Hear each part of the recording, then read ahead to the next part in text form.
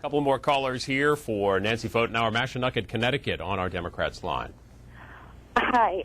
It's funny how Senator McCain is calling back people from campaigning when he didn't call back people to support the GI Bill, which he was campaigning in California, having fundraisers, and he didn't support the GI Bill. Nobody was calling back people then, number one.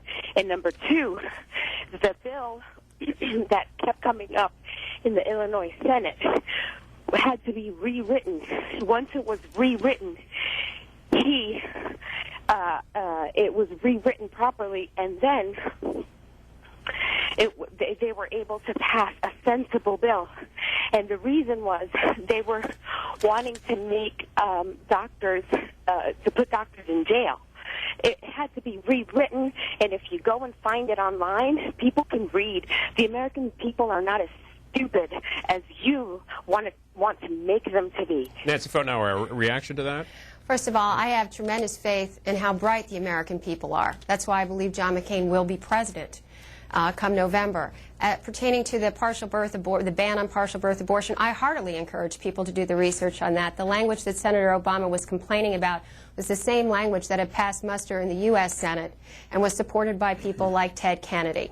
Now, what was the first point the caller made?